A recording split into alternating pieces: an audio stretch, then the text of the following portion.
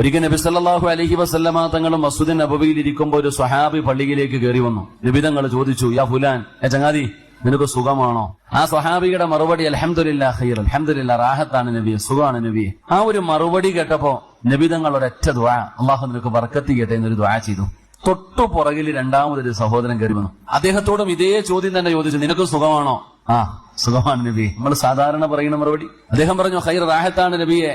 അപ്പൊ നബിതങ്ങൾ ചിരിച്ചു, ഒന്നും മിണ്ടിയില്ല. അപ്പൊ ഈ ചങ്ങാതി തന്നെ ചോദിച്ചു, എനിക്ക് ദുആ ഇല്ലേന്ന്. ആദ്യം വന്ന ആളോട് ചോദിച്ച അതേ ചോദ്യം തന്നെയാണ് എന്നോട് ചോദിച്ചത്. അദ്ദേഹത്തിന് വേണ്ടി ബറക്കത്തിന് വേണ്ടി ദുആ ചെയ്തു, എനിക്ക് ദുആ ഇല്ലേന്ന്. അപ്പോഴാണ് നബിതങ്ങൾ പറഞ്ഞത്, നീ ഒരു അൽഹംദുലില്ലാ പറഞ്ഞിരുന്നെങ്കിൽ എത്രയോ നല്ലതായിരുന്നു എന്ന് നബിയുനാ റസൂലുള്ളാഹി സ്വല്ലല്ലാഹു അലൈഹി വസല്ലം. വല്ല നഷ്ടമുണ്ടോ ഇത് പറഞ്ഞ?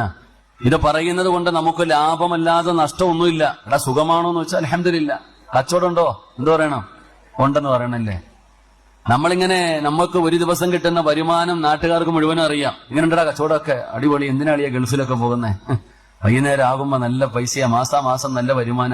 പിന്നെ മുട്ട കുഴിച്ചിട്ടു എന്ന് പറഞ്ഞിട്ട് കാര്യമില്ല. അള്ളാഹു കാത്തിരിശിക്കുമാറാകട്ടെ. അവനവന്റെ നാവുകൾ സൂക്ഷിക്കണം.